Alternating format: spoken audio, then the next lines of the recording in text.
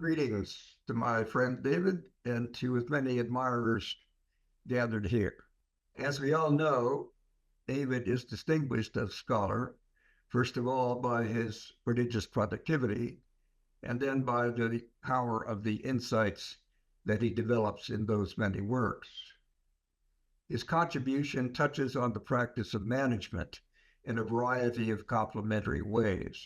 I, however, want to comment on his contribution and the latest recognition uh, from the viewpoint of economic theory, or more specifically, microeconomic theory and the theory of the firm.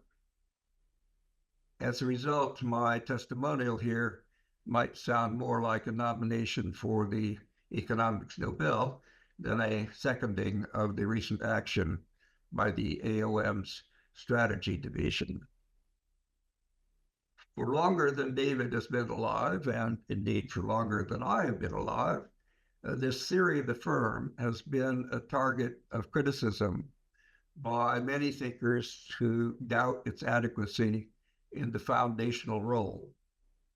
Years ago, that argument on this question spun off a closely related one about methodology.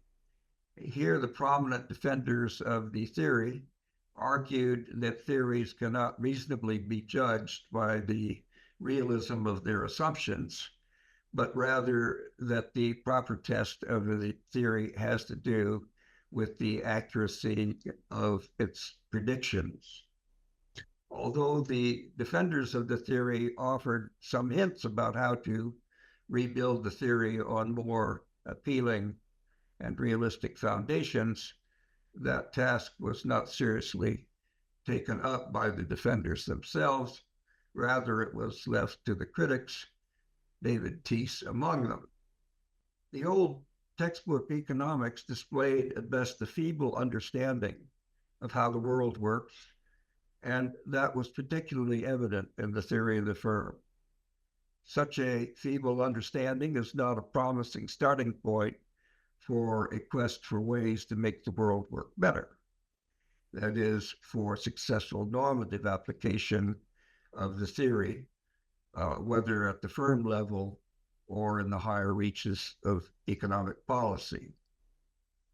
This linkage explains how it happens that David's research contributions in management can be viewed as fixing economic theory, rescuing it from the doldrums imposed by the flawed and restrictive assumptions of the old textbook theory.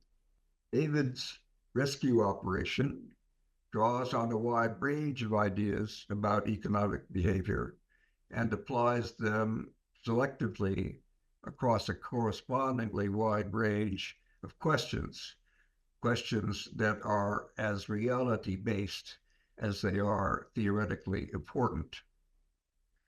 This is anything but a one-size-fits-all approach to the improvement of the theory. It is an invigorating display of what is now the broad reach of economics as a social science, a reach extended in recent times by the work of economists like David, economists who care about the policy relevance of their work and who now pursue it with analytical tools that acknowledge the complexity of the reality they study. Alas, the problems have been evolving too.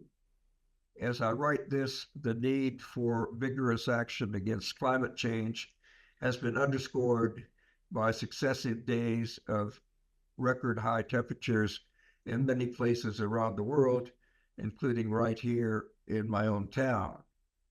It has become very urgent to address the challenge of getting the fossil fuel genie back in its bottle on a global scale.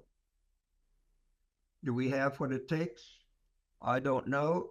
It's a very big multidisciplinary problem, unlike anything the Earthlings have previously attacked on a cooperative basis. At least in confronting the management and economic aspects of the problem, Our prospects are much improved now, thanks to David's legacy.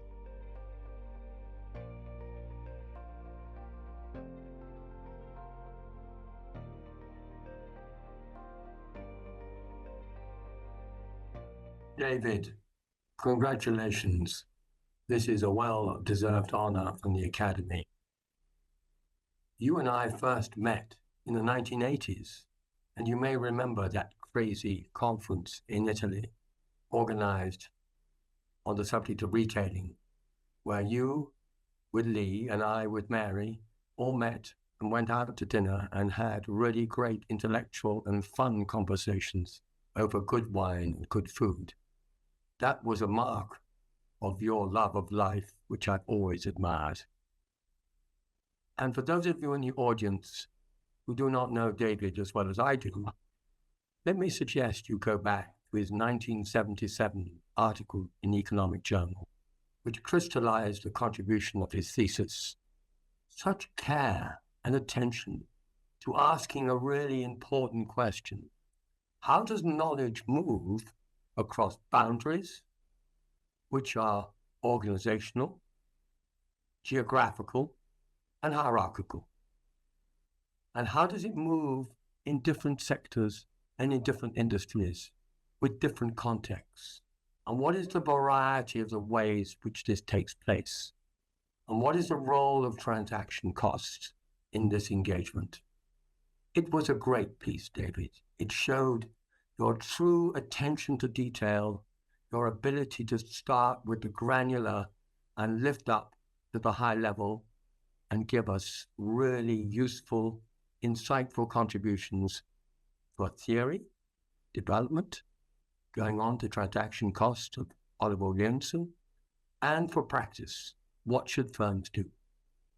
So, on that simple note, once again, I am sorry not to be with you, and many congratulations.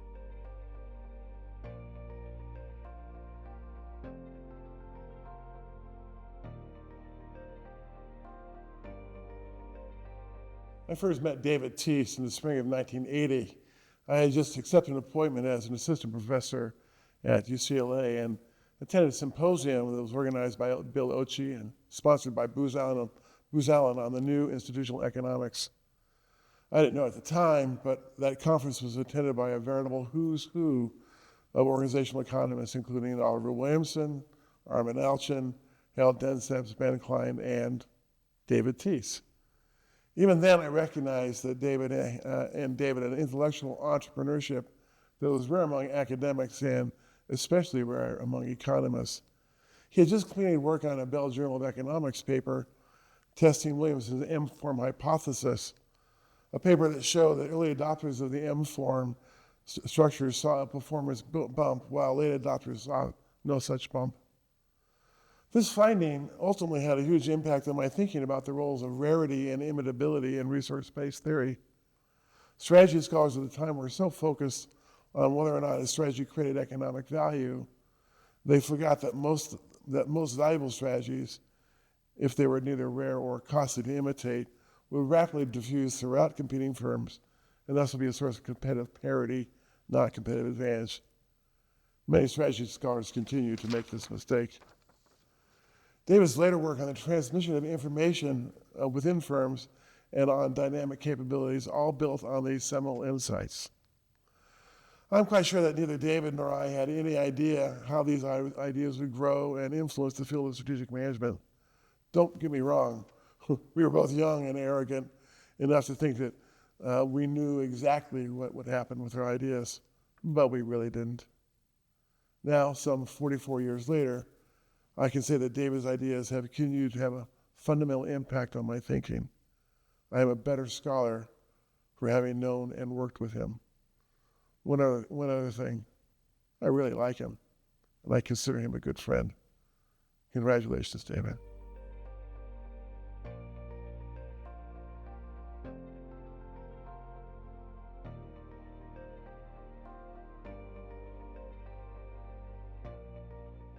If we look back at innovation research prior to David Teece, We see two very disjoint worlds of economics on the one hand and business policy on the other hand, with little or no connection between them.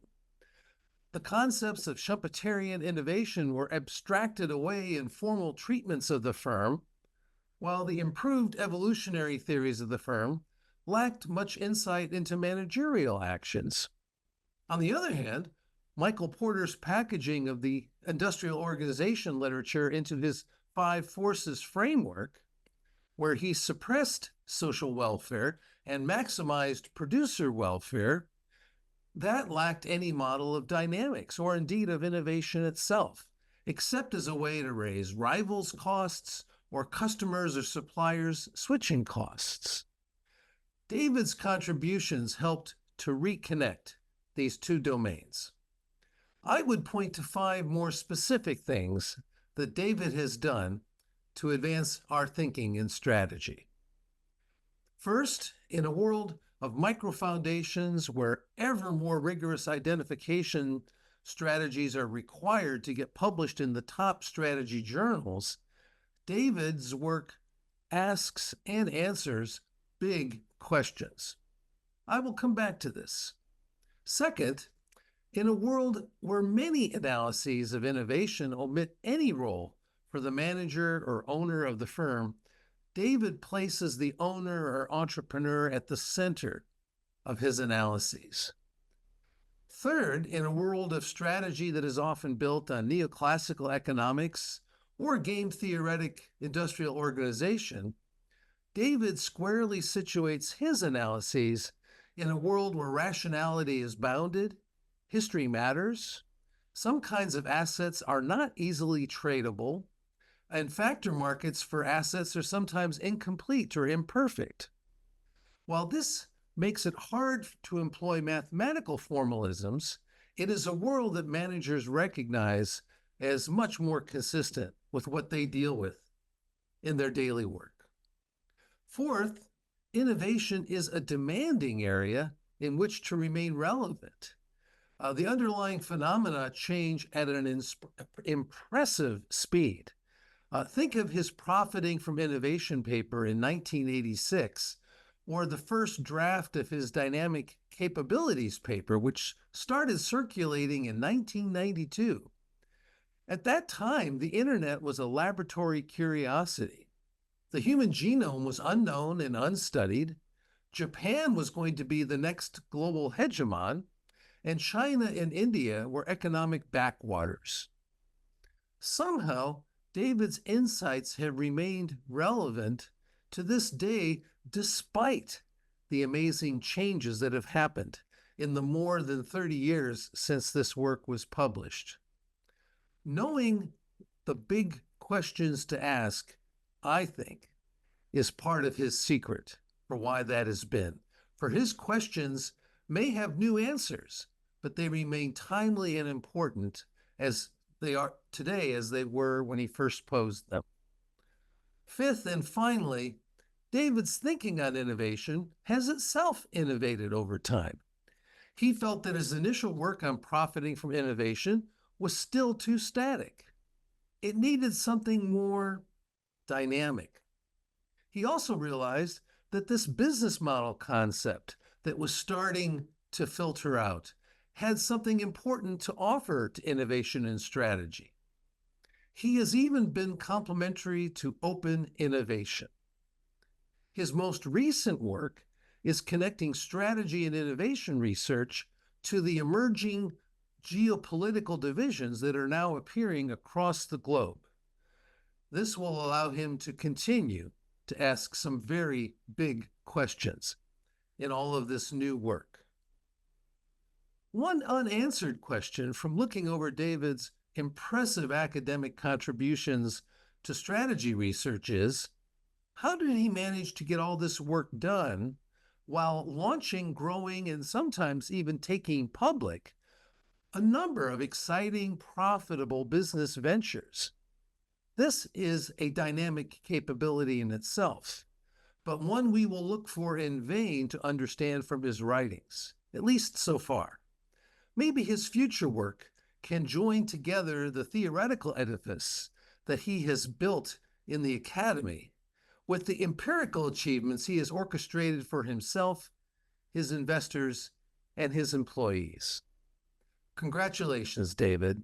Well done and well deserved.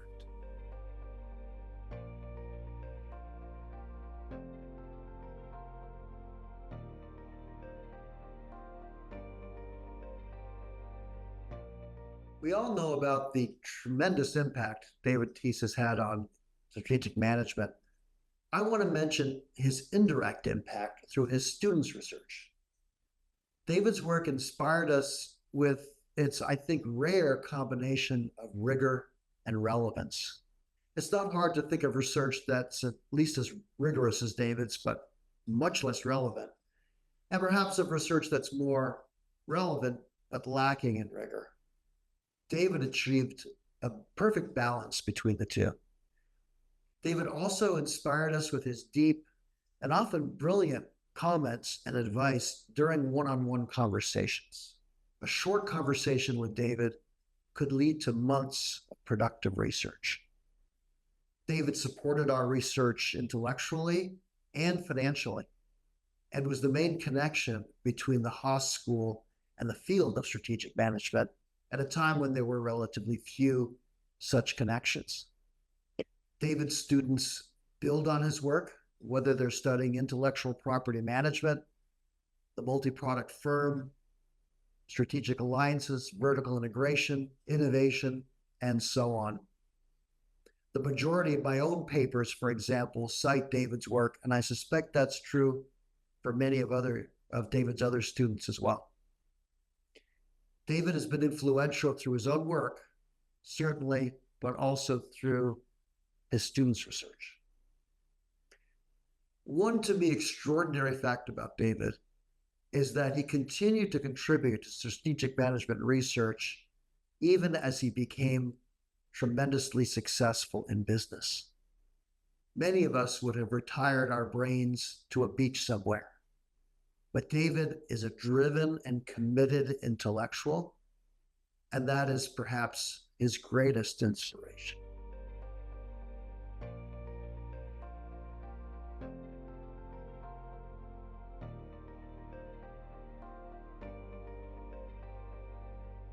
Hi, David. I wanted to share a few recollections and thanks with you and with everyone else. So I think that I want to start out and thank you not only for your path-breaking research, but also your outsized influence on my work from the very early days of my career. You also know that you're the reason why I'm in the field of strategic management today.